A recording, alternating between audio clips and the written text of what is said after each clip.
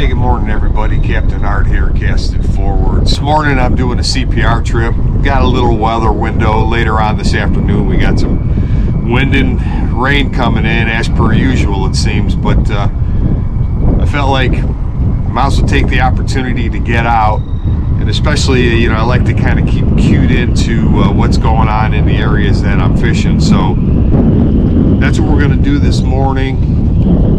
See if we can get things going here, and we'll go from there. So we'll let you know as we go along, and we'll keep you posted, okay? Captain Art out. Yeah, nice fish.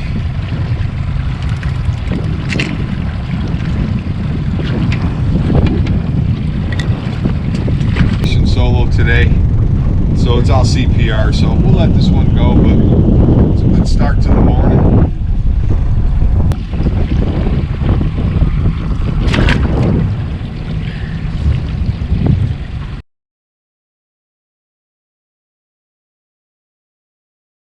Not a bad start.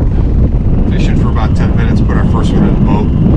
Let it go. That was custom painted. We call it hot pink by my good friend Tommy here. 64 back. We're going about 1.8 miles an hour in about 22 and a half feet of water. So what I wanted to mention while I've got these lines reset is that in Ohio, Lake Erie, Ohio regulations, you can troll with 3 rods per person. So obviously I'm by myself today, but I do have 3 rods going, and I prefer, everybody's a little bit different, but I prefer to fish 2 on one side and 1 on the other. Some guys like to put all 3 if they're covering structure, which I understand, but right now I'm kind of in search mode, so that means that I'm looking for where are these fish set up. So I'm running parallel to shore, and I'm on some contour breaks. So on my starboard side of my boat, that's the shore side, that's the shallower side. So I'm running lures that are in a little bit shallower water, and on my port side, I'm running off the deep side of that contour. So I like to do that because it allows me to cover more water, but it also tells me where are the fish set up. Are they set up shallower, or are they set up deeper? That first one was on the deep side. One fish a pattern does not make, but it's a start. It's information that we take into consideration, and then we go from there. So just thought I'd throw that out there, and we'll see how it goes from here.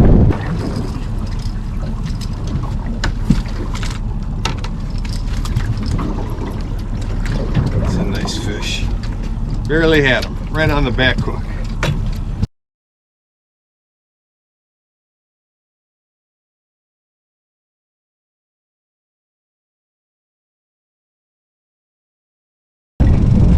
Alright, so just a little update. We put 3 fish in the boat. So far this morning it's a little slow. 1 big, 3 walleye and 1 big perch, like a 13-inch perch. I will say that I'm running contours and I'm running parallel to shore, so I'm heading east, but the wind is coming out of the south. So just a point of reference, and maybe a tip that may help you. I don't have autopilot on the boat. I mean, I've got the kicker on the back, and I've got the Minn Kota Taroba in the front. So I steer with the Minn Kota, and I use the kicker to push us along. But when I'm trying to run not with the current, so in other words, I'm running parallel to shore, but the wind wants to push me out, I actually use my motors as a rudder.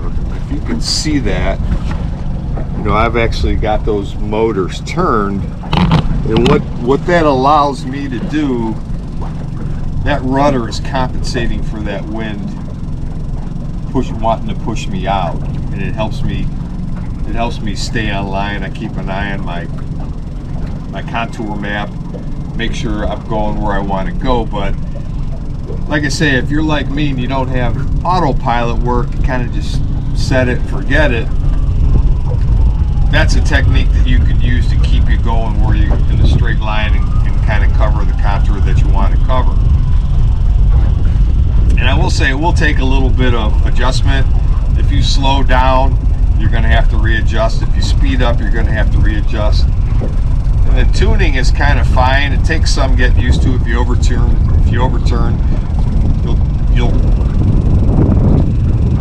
you'll push too far one way. If you underturn, you'll push out. So it takes some getting used to, but once you dial it in, it actually is a pretty handy technique to kind of keep you going on the line that you want to go. So anyway, I thought I'd share that with you. And in the meantime, we're still looking for fish and putting the pattern together. So we'll keep you posted.